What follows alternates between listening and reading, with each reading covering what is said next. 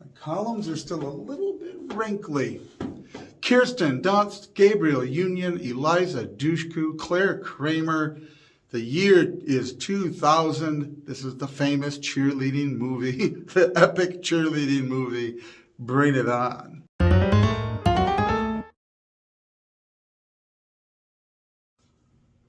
It is literally the year 2000, entering into the 21st century.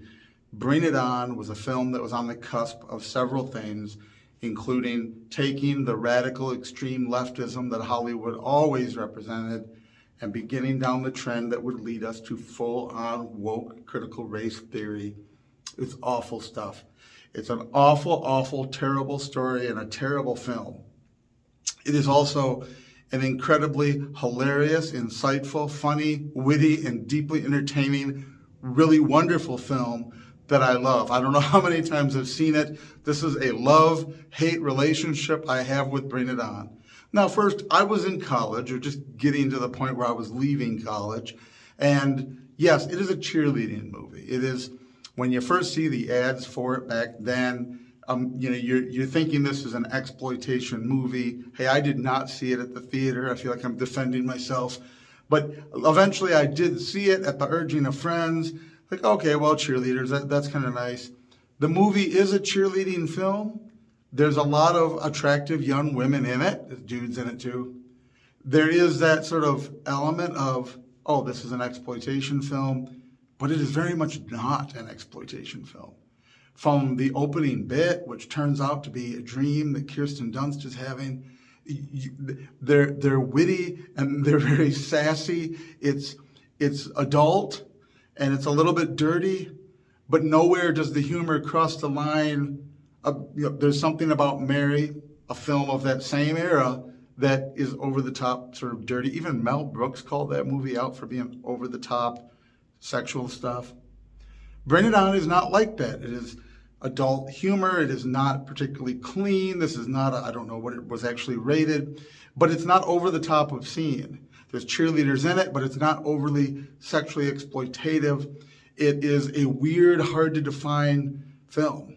Now, I don't know what kids in high school how they were talking to one another at that time, because I wasn't in high school.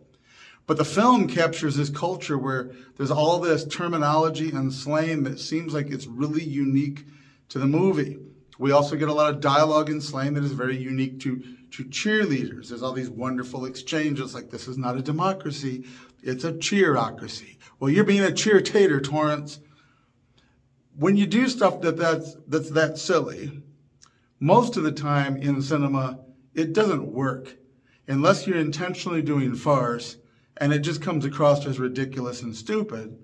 But for some reason, it works in Bring It On. It makes Bring It On quotable, memorable, everything sort of the way it cinematically ties together, dialogue-wise, interaction of the characters. It's a lot more funny than it should be. I mean, it's a cheerleader movie about high school cheerleaders. It's a lot funnier than it should be. It's a lot more entertaining than you would expect. And ultimately, it is a great story with a lot of that, what we were still doing in the 20th century, actual character development and story arcs, where people learn things, learn about themselves, learn about life, and there's a lot of growing up in the middle of the story. So it's a very mature story and an immature one. It's very entertaining, and yet it is a bit exploitative. But I love this film because of the entertainment value and the way that it ties together. It's one of those movies that I put on occasionally just for the heck of it, to get a good chuckle. It reminds me of the time when I saw it in the year 2000. It kind of takes me back at this point. It's hard to believe it's already been 22 years. It takes me back, and it has all of this good quality entertainment in it. It's not Shakespeare, the way 10 Things I Hate About You is Shakespeare. I'll cover that at some point. It's not Shakespeare, but it's good. It's good quality, fun entertainment. It's enjoyable to watch. I really like Bring It On. It is also a radical, extreme leftist, Marxist viewpoint that points to the way that woke is coming and is a terrible, terrible part of this movie that I hate. Seriously, Seeing that the whole plot revolves around the idea that the big championship cheerleading squad at the mostly white school, everything they have, they owe to the inner city, mostly black cheerleading squad that they stole everything from. They even call this out, this cultural appropriation, without calling it that. They call this out and make jokes about how you steal what's ours and you put some blonde hair on it and you call it something new. And it's really sort of lame. We have the cheerleading competition as it builds up where the black squad can't raise the money, and we have the white squad gets the money so that the other squad can go because they want it to be fair. But of course, they're not right. They're not right in trying to even it out or fix it. They're called out for hush money or guilt money, and the check is torn up, and they're going to get it themselves. Although the Clovers from East Compton don't get it themselves. They go to a talk show host who is not definitely Oprah Winfrey, although it definitely is Oprah Winfrey. Pauletta, who has a talk show, who is famous, who is heavyset. They make a joke about her eating donuts. This is where it's a little pre-woke. They wouldn't have gone that. They wouldn't have tied that in if they made it this year or the last couple of years. But they go to Pauletta to get the money, and it's not really clear how that's better unless all you're thinking about is race. Somehow getting it from a famous person that happens to be black, and well, she's from our neighborhood, that's different than getting it from the corporation, from the company that was going to sponsor you, that actually owed you something, really. It's very bizarre, but none of that is nearly as bad as the ending of this film. We get to the big nationwide cheerleading competition, and now all bets are off, and the Toros versus the Clovers, and of course it's going to come down to them, and you're pretty sure by that point, given that this is a Hollywood production, the Clovers are going to win because this is going to be inner city, cheerleading squad makes good, and finally gets their kudos.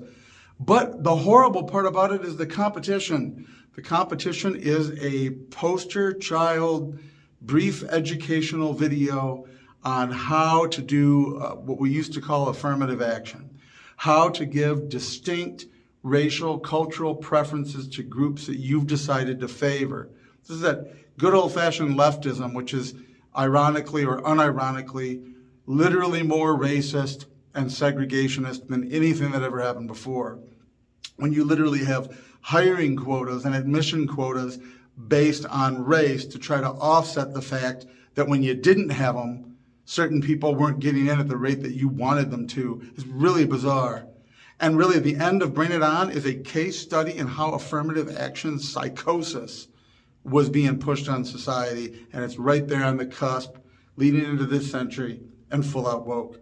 Because when it comes down to the final competition, the Clovers of East Compton have an entirely inferior performance. Everything about what they do is inferior to what the Toros do. The Toros now need to build a whole new cheerleading routine. They study different kinds of dance. They study mime. They go to all eras of music. They create this incredible production that is the history of artistry in the world from all continents. And it's amazing. And at that point, our people from East Compton, our Clovers team, they come up with what? Anything you might see on MTV or BET at the time. It's a little bit of a dance routine to a hip hop song. It's okay. There's literally, in every measurable metric of how much work, how much research, how broad, how intellectual, how even from just an artistic standpoint, it is clear that the East Compton Clovers have an inferior performance. But they win, of course. But they don't just win. They make sure that everyone tells them how great they are, how they are obviously so much better. They have Kirsten Dunst as the head of the other squad, all the other squad. Oh no, you were clearly better. You were clearly better. And there's this completely Marxist moment at the end where it is clearly not true. But not only are we going to give it to them because of the ethnic thing, not only are we going to try to equal things out in an equitable fashion by giving the trophy to the team that clearly didn't win, but we're going to make sure that all our protagonists, in good Marxist fashion, are too scared to contradict it. They will not And they all do a good job of looking like they're in earnest, like they really believed that that was better. Because if you don't really believe that the obviously inferior routine is better, then you're an ism archaeobia, because you've got to give it to them because they deserve it somehow because of centuries of oppression or whatever. Really, it is an incredibly full-out Marxist woke ending for a film in 2000. And it didn't have to be that way. That's the real kicker. It is clearly meant at the end to be this propaganda because the writers of the movie, the choreographers, the production team, they wrote the routines. You could very easily have reversed it and had the East Compton Clovers do the better routine and therefore win legitimately. But if you do that, you're not making your point about affirmative action such as it is and was.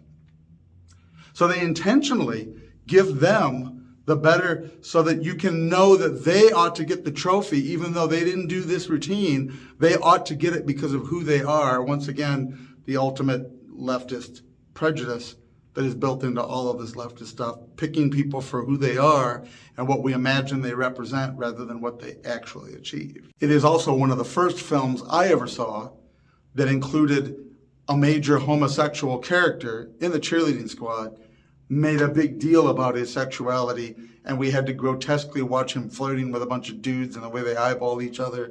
And that was very much woke for its time and gross. I love this movie.